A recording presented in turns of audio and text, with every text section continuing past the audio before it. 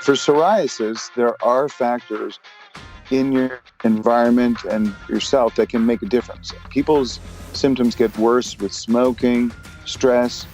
In particular, those two things could be altered. Will that make a giant difference? It's hard to know. If there's a severe case, I kind of doubt it, but a mild case, possibly. Alcohol use, too. Maybe some of those patients have bacterial overgrowth, and that's the source of some of the inflammation, but it hasn't really been investigated at all. Welcome to the Healthy Skin Show with Jennifer Fugo, where we're flipping everything you've been told about your chronic skin issues upside down and connecting you with alternative solutions your dermatologist never told you about. Hi, everyone, and welcome back to episode number 36 of the Healthy Skin Show. In today's podcast, we're going to talk about both some of my thoughts on adult acne and some information that might help you if this is an issue that you're struggling with, as well as the use of low-dose Naltrexone. You might have seen it abbreviated as LDN online. In chronic skin rash conditions, things like eczema, psoriasis, etc., that this could be helpful for you on your journey. We're going to talk about what it is, how it's used, and where you can get more information about it. As always, I want to give a really nice shout out to one of our listeners, LKK State. She left an amazing review over on iTunes, letting people know that she felt the Healthy Skin Show is an excellent resource. And she shared, "I appreciate Jennifer's complete and progressive knowledge on skincare. She's well-versed and offers a tremendous amount of valuable information to her audience. Jennifer's guests are also excellent resources and passionate about their topics and products. Thank you so much for the show." Thank you so much for that. I really appreciate it. And of course, if you've been wanting to leave your thoughts, head on over to whatever podcasting platform you use to stream the show, whether it's iTunes, Stitcher, Spotify, iHeartRadio, whatever, and leave a review, rate the podcast. It means a lot, not just to me, but also to the people who are looking for podcasts to check out, and they can see that it has offered you a lot of value and that they can hopefully feel good about their decision to tune in. Okay, so I want to kick off this conversation about adult acne. It is something that is so annoying for people that are struggling with it because you're like, didn't I deal with this in my teens? Like, I thought you outgrow this. Why do I still have this? It's awful. And a lot of people are looking for good options. And I feel like there's some big pieces that oftentimes get overlooked. So let's take a listen to Terry's question. Hi, I'm 46 years old and still suffering with acne. I had acne as a teenager all the way to now still, and I'm on birth control pills for my endometriosis, but that seems to be the only thing that will keep it under control. I take that and evening primrose oil, but I hate to be on the birth control pill and would like to find other ways to be able to prevent the acne. My almost 20-year-old also has severe acne, and she's on birth control to control it as well. So if you can help us find some ways to get off the birth control and find some natural ways to prevent the acne, I would appreciate it. Thank you so much for leaving that question, Terry. I appreciate it. So here's my thoughts for you. I would recommend that you highly check out 4 separate podcasts that I've already recorded here at the Healthy Skin Show. That would be my first suggestion. And those episodes include episode number 5 with Dr. Jolene Brighton, where she talks explicitly about the connection between birth control pills, getting off of them, and what that is potentially doing not only to your health and your skin, but also your liver, which is a major factor in this, as well as 2 podcasts from Bree Weisselman, episodes number 13 and number 34. And then I'd also love to see you check out Melissa Gallico's episode number 16, because she actually overcame her acne because she figured out that it was being triggered by fluoridation in her tap water that she was exposed to all the time, because a lot of municipalities in the United States, we put fluoride in the water. And when she would go overseas, she would discover that the acne would go away because they don't fluorinate their water. So I would highly recommend that you check out that episode. So remember, everybody, if you're looking for acne resources, and we're going to keep on adding to this, but right now, check out number 5, 13, 16, and 34. Those episodes will be clutch for you. Because of the endometriosis component, it definitely sounds like there's also a hormonal piece to this. I mean, you're on birth control, and that certainly does play a role in your hormonal balance. And so I would highly recommend that you check out this book called Beyond the Pill from Dr. Jolene Brighton. It is an excellent resource for anyone who is struggling with a condition that's being treated or managed with birth control pills, especially if you want to get off of them. It's not about demonizing the pill for you or for anyone listening. It's more about letting you know what your options are and what you can do moving forward, both with diet, lifestyle, supplements, etc., that are appropriate to helping really balance the hormones appropriately. I would also recommend that you give your diet a second look. Diet is really important when skin is involved in any way, shape, or form. And oftentimes we think that, well, it doesn't really matter because so-and-so eats this way. Why can't I? I should be able to eat the way that they do, but that isn't always the case. Remember that we are all unique. Our burdens, our life experiences, our toxicity, our genes, everything plays a role in making our bodies unique, which means that maybe somebody has this tolerance to be able to eat a bunch of junk food. And I'm not saying that you are, but just for anybody listening, it's a good reminder that we can't go by what other people are doing as the sort of standard that we set for what is healthy and appropriate for us.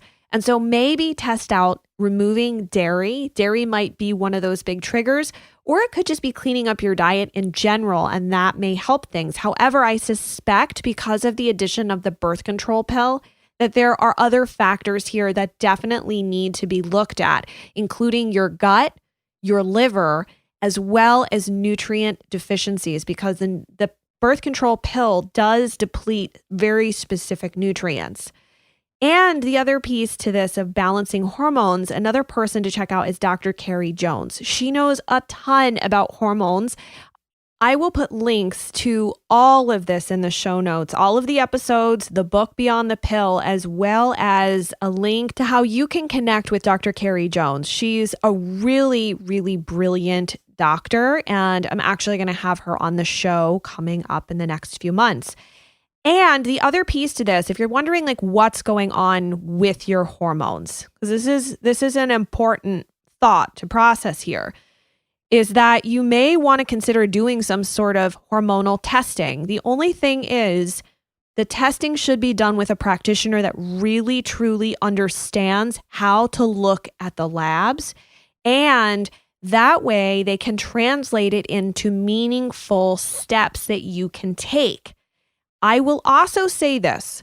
It is never advisable for you as a layperson to mess around and tinker with your own hormones, like supplementing hormones. So there are some hormones like DHEA that you can go buy at a supplement store. However, it's not a good idea to do that. So if you decide to do some sort of hormone testing, the recommendation that I can make to you is that what is called a Dutch test is very valuable as far as looking at the way hormones and the hormone cascade happens in your body. And it looks not just at sex hormones, but also at cortisol, so some stress hormones for sure. We're looking at melatonin, and we can also see other markers that can be indicative of other health concerns that you should know about. That test is a urine test. It's something you do at home. However, it is very complicated to understand. It is not something that I would recommend you do on your own and then try to sort it out on your own. If you decide to do something like a Dutch test, work with a practitioner who has a lot of experience in the issues that you are dealing with and understands how to read and interpret this lab appropriately, because it is complicated. I hope that my thoughts are helpful. And of course, we're going to continue to have other guests come on the show and talk about adult acne. So stay tuned on that front. Now, let's dive into the conversation on low-dose naltrexone. Hi, everyone, and welcome back. I have a repeat guest. I'm super excited for him to join me again because we're going to be talking about a completely different topic this time. It's a topic we have not covered yet. Welcome back to Dr. Leonard Weinstock. He's board certified in gastroenterology and internal medicine. He's an associate professor of clinical medicine and surgery at Washington University School of Medicine and has a private practice. Dr. Weinstock is an active lecturer and has published more than 85 articles, abstracts, editorials, and book chapters. He is researching the role of small intestinal bacterial overgrowth and mast cell activation syndrome in a variety of syndromes. Thank you so much for joining us again. Thank you so much for inviting me. Well, I'm excited today because I have not talked to anyone yet about LDN. And people are like, what is LDN? So why don't you fill everybody in as to what exactly that is? Okay, well, low-dose naltrexone has been around for quite some time. It was approved as a high dose to prevent alcohol recidivism in patients wanting to quit drinking, but in high doses. And so it was approved by the FDA in 1985. But around that time, a researcher out of Penn State was looking at the drug and using it in low doses and studying it other ways to see what it did with the body in a variety of doses. And he found out that it actually decreased inflammation when you used it at low doses. So an investigator in clinical practice in New York started using this on his patients with HIV and with cancer, and later in other conditions like arthritis and multiple sclerosis. So the doctors doing research out of Penn State found that it decreased autoimmune conditions. And it did something that's unique. Everybody's heard of homeopathic drugs and how using them in low doses creates a different phenomenon than high doses. Well, this is exactly the same. So it basically tricks the body. It blocks the opioid receptors on cells, endorphin receptors on cells in our body for a short period of time. And during that time, the body senses it doesn't have enough endorphins. And so it creates more receptors and it gears up the internal workings of the opioid cells. And then when the naltrexone comes off in 4 to 6 hours, it releases many more endorphins, up to 14-fold more endorphins than our body normally makes, and it's in contact with more receptors.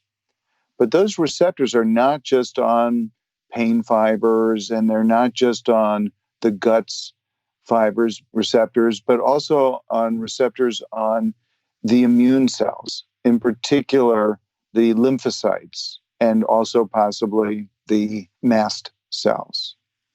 So what it does is it decreases activity of the T cell, which produces all these inflammatory chemicals, cytokines, and it decreases the production of autoantibodies from the B cells.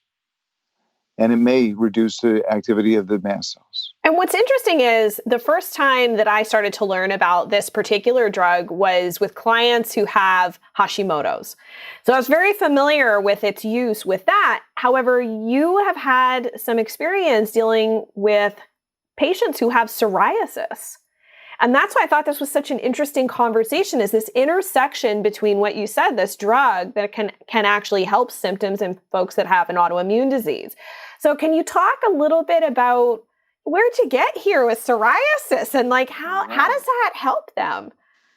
Well, as a gastroenterologist too, you can ask that question too. But I've been dealing with inflammatory conditions for years and utilizing low-dose naltrexone, or LDN, for years in a variety of inflammatory conditions: inflammatory bowel disease, inflammatory irritable bowel, other skin conditions that were tied together with celiac disease, for instance. And so when I had a patient come in with an abnormal CAT scan with an enlarged spleen and liver and was asked to evaluate that patient and realized she also had severe sarcoidosis with a skin rash, I applied that treatment to the patient and the skin rash got better. which made me, and the liver and spleen got better, which made me think, well, okay, I could apply this to other skin conditions. And I had some effect in patients with rosacea with naltrexone and dry eye with naltrexone. So we had a patient come in with severe irritable bowel syndrome and significant psoriasis. And I asked other investigators who are part of the panel on LDN Research Trust if they had experience. Some said they did. And in fact, 15 patients had written into that website, ldnresearchtrust.org, saying that they had good response to LDN and their naltrexone. So I felt comfortable applying that to this patient. At the same time, a friend of mine out in California, Dr. Cottle, had been applying it on her own. And then there was a lecture on giving naltrexone to patients with psoriasis at our last LDN conference. And so we basically built up a case series and found that of 15 patients, 53% had a marked improvement with their skin where they had been failing the typical topical treatments. Wow. That's pretty significant. Well, it's hard to treat anything 1% or more out of any drug. That's great, especially one that's generally well tolerated. Of the 15 patients, 13 had side effects. The one who came in with the irritable bowel had headaches every time he escalated the dose, but it went away quickly. And then over the course of 2 years, he stayed symptom-free both for his diarrhea and his psoriasis. And if he became non-compliant, he would then flare in all three categories, and then he'd go back into remission once he restarted the drug. 2 patients had to drop out. They were non-responders in the group of 15. One had diarrhea, one had insomnia. So if you're all listening to this, you can tell he does his research. And actually, the way I found Dr. Weinstock was that I read a study that he wrote. So for those of you who didn't check out the first podcast with him, I hunted him down because of some work he's done in rosacea, some amazing research. And I just love that he has this kind of brilliant researcher mind, that he's also working on the front lines with patients. So it's a great intersection of valuable information. And of course, you're very easy to talk to as well and ask questions of. So there's obviously some potential side effects in somebody who has one of these issues. Is low dose naltrexone something like some of these biologic drugs where you've got to stay on them for the rest of your life? Or can it be something that helps you while you're working on other therapies in order to, say, reduce the symptoms and reduce the inflammation and whatnot? Well, great question. For psoriasis, there are factors in your environment and yourself that can make a difference. People's symptoms get worse with smoking, stress. In particular, those two things could be altered. Will that make a giant difference? It's hard to know. If there's a severe case, I kind of doubt it, but a mild case, possibly. Alcohol use, too. Maybe some of those patients have bacterial overgrowth, and that's the source of some of the inflammation, but it hasn't really been investigated at all. As far as tolerability of the medicine, if you go up very slowly, our ability to get people to get to the full anti-inflammatory dose of 4.5 milligrams is actually quite good. So I think the issues of insomnia and GI side effects can be diminished just by starting at 1 milligram and gradually increasing it every 4 to 7 days, and then jump up to the 4.5 milligram when you're doing well. Some people do extremely well at night, and the concept at night is that's when your biorhythm cycle is when you have this circadian rhythm where you produce more endorphins at 4 in the morning anyway. And so if you take it at night, you might jump up and have more endorphins even then. But a lot of doctors are now prescribing it in the morning to reduce the risk of insomnia. And so by giving it in the morning, starting out at a lower dose, we're having less side effects. And does someone stay on it for life? Here's the thing is, what's the trigger for it? If it's a shift in your autoimmune disorder, can, let's say, an anti-autoimmune diet, there are a number of different ones. There's an autoimmune paleo, and there's a autoimmune diet by Myers, that maybe that could do it on its own, specific carbohydrate diet. I saw a patient yesterday with dry eye condition due to Sjogren's syndrome, and she found that LDN and the specific carbohydrate diet took care of the irritable bowel and the dry eyes in a dramatic way where other drugs had not. Now, she went off of it and the symptoms came back. And that's the problem. An autoimmune condition is rarely reversed by diet. But I'm saying that it can't be, it can be ameliorated, but it's pretty profound disorder when it occurs. And if there's nothing that can be reversed, like gut disorder, then it's hard to say, well, your autoimmune disease is going to get better on its own. I agree with you about that. I've seen in clients in my own clinical nutrition practice that they will come in the door having thought that they could try all these different diets and that somehow that was going to fix the underlying issues. And it doesn't. It might alleviate symptoms and manage symptoms slightly, but oftentimes they don't fix root causes where, like, as a gastroenterologist, that was how I found you. It was all about SIBO. I was curious about SIBO, and SIBO can definitely be a root cause for some people that's hidden. I'm curious with low-dose naltrexone, one last question. I know you mentioned rosacea, and you mentioned, obviously we've talked about psoriasis, which is definitely an autoimmune disease. Do you know, just by chance, if there's been any other research into, and I know you said celiac, the dermatitis herpetiformis is sort of like that celiac manifestation. With things like eczema, atopic dermatitis, that kind of stuff, do you know if this has ever been used for folks with that or with like seborrheic dermatitis or anything? Yes, absolutely. So you should go to the LDN Research Trust. It organizes the disorders that have been treated, and patients will give Vimeos and talks about their experience according to the categories of illnesses. And there's a big section on dermatological conditions that have responded. Now, in terms of actual reports in the literature, it's dermatitis herpetiformis. It gave a report on a condition called complex regional pain syndrome, where the skin changes better. And then published the sarcoidosis case where the skin and the liver and the fatigue got better. And then what we're hoping to do is get this case report on the psoriasis published as well. But people do talk about eczema getting better. Nothing's a winner 100% of the time. So you have to realize that in medicine. It's a tool in the toolbox. And sometimes this screws and sometimes it doesn't. I'm sure people will ask me, this is a drug that a doctor has to write for, correct? It's not a supplement. Correct. Yeah, so you've got to see a doctor. You've got to be followed by a doctor, correct? Right. Now, let me just say, this is a drug that's FDA approved, but it's off-label when it's used for low doses. Not many people are trained in that. There are a number, and it's growing and growing. And in many states where the naturopaths can write for the drug, they love the drug and will prescribe it all the time. So that's, even though a lot of them don't like prescribing drugs per se.